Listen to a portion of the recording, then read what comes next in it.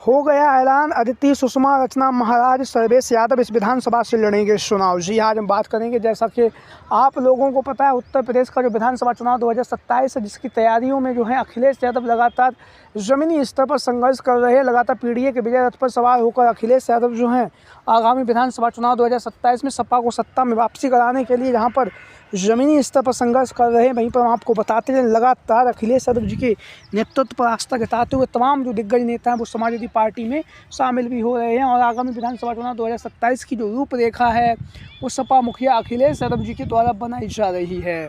लगातार जहाँ पर समाजवादी पार्टी के सुप्रीमो अखिलेश यादव जो है पीडीए के विजय रथ पर सवार होकर जो है आगामी विधानसभा चुनाव 2027 के लिए जो है रूपरेखा तैयार कर रहे हैं, वहीं पर सैकड़ों नेताओं को जो है समाजवादी पार्टी में शामिल करने का जो कार्य है वो भी अखिलेश यादव जी के द्वारा किया जा रहा है।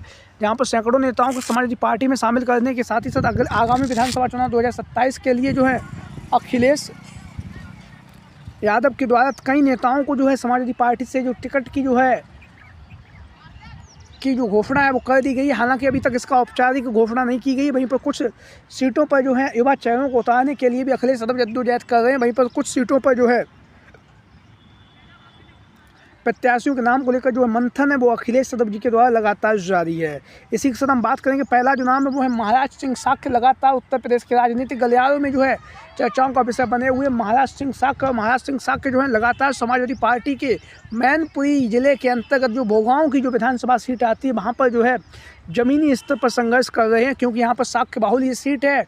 और साक्य बाहुल सीट होने के साथ ही साथ जो है महाराज सिंह साक्य भोगांव में जो है लगातार ज़मीनी स्तर पर संघर्ष कर रहे हैं। लगातार भोगांव में जो है चुनाव प्रचार जो है वो महाराज सिंह साक्य के द्वारा काफ़ी तेज़ी के साथ किया जा रहा है। वहीं पर साक्य बाहुल जो सीट है वो भोगांव की विधानसभा सीट है। भोगांव की विधानसभा सीट से महाराज सिंह साक्य को 2027 में अखिलेश यादव जो है विधानसभा चुनाव लड़वाने जा रहे हैं। इसी के साथ जहाँ पर महाराज सिंह साक्य के नाम की बात हुई, उसके साथ हम बात करें, अगला जो नाम है वो है सुषमा पटेल। जैसा कि आप लोग अपनी स्क्रीन के माध्यम से देख रहे हैं, लगातार सुषमा पटेल जो है वो राजनीतिक गलियारों में चर्चाओं का विषय बनी हुई है, क्योंकि अभी जो है भारतीय जनता पार्टी में जो है सुषमा पटेल वर्तमान समय में शामिल है। लेकिन 2027 के विधानसभा के चुनाव 2027 में जो है सुषमा पटेल जो है वो समाजवादी पार्टी का दामन थाम सकती हैं, क्योंकि भारतीय जनता पार्टी वहाँ से इनकी जो टिकट मिलने की जो संभावनाएं हैं वो बहुत ही कम बन रही हैं। तो ऐसी स्थिति में सुषमा पटेल की जो है समाजवादी पार्टी में शामिल होकर जो है जौनपुर की जो मड़िहाऊ की जो विधानसभा सीट है वहाँ से चुनावी मैदान में उतरने की जो चर्चाएं हैं वो काफ़ी तेज़ी के साथ चल रही हैं। तो लगातार सुषमा पटेल ज़मीनी स्तर पर संघर्ष कर रही हैं। इसी के साथ बात करेंगे, अगला जो नाम है वो शेषागंज की जो विधानसभा सीट है वहाँ से वर्तमान समय में जो समाजवादी पार्टी के जो विधायक हैं सर्वेश यादव लगातार ज़मीनी स्तर पर संघर्ष कर रहे हैं। संघर्ष करने के साथ ही साथ आगामी विधानसभा चुनाव 2027 में शेषागंज की जो विधानसभा सीट है यहाँ से समाजवादी पार्टी के मुखिया अखिलेश यादव जो है सर्वेश यादव को चुनावी मैदान में उतार सकते हैं। लगातार सर्वेश यादव जो है ज़मीनी स्तर पर संघर्ष भी कर रहे हैं। वहीं पर आगामी विधानसभा चुनाव 2027 में सपा को सत्ता में वापसी कराने के लिए भी सर्वेश यादव जी के द्वारा जो है शेषागंज की विधानसभा सीट पर लगातार जो है चुनाव प्रचार का जो कार्य है वो लगातार किया जा रहा है। तो सर्वेश यादव का जो नाम है वो लगातार शेषागंज की विधानसभा सीट से आगामी विधानसभा चुनाव लड़ने के लिए लगातार चर्चाओं में बना हुआ है।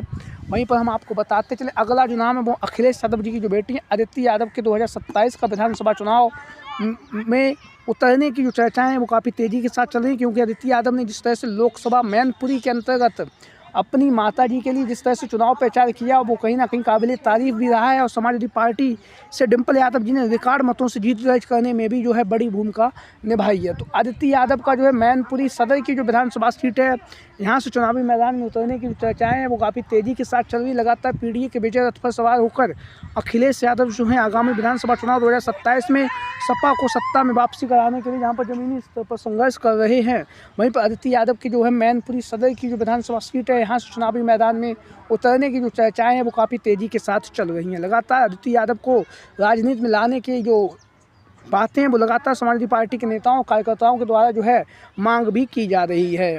इसी के साथ हम बात करेंगे, अगला जो नाम है वो है रचना गौतम। लगातार ज़मीनी स्तर पर संघर्ष कर रही है रचना गौतम। और रचना गौतम की अगर हम बात करें तो 2022 का जो विधानसभा चुनाव है वो बिल्हौर की विधानसभा सीट से चुनावी मैदान में उतर चुकी हैं।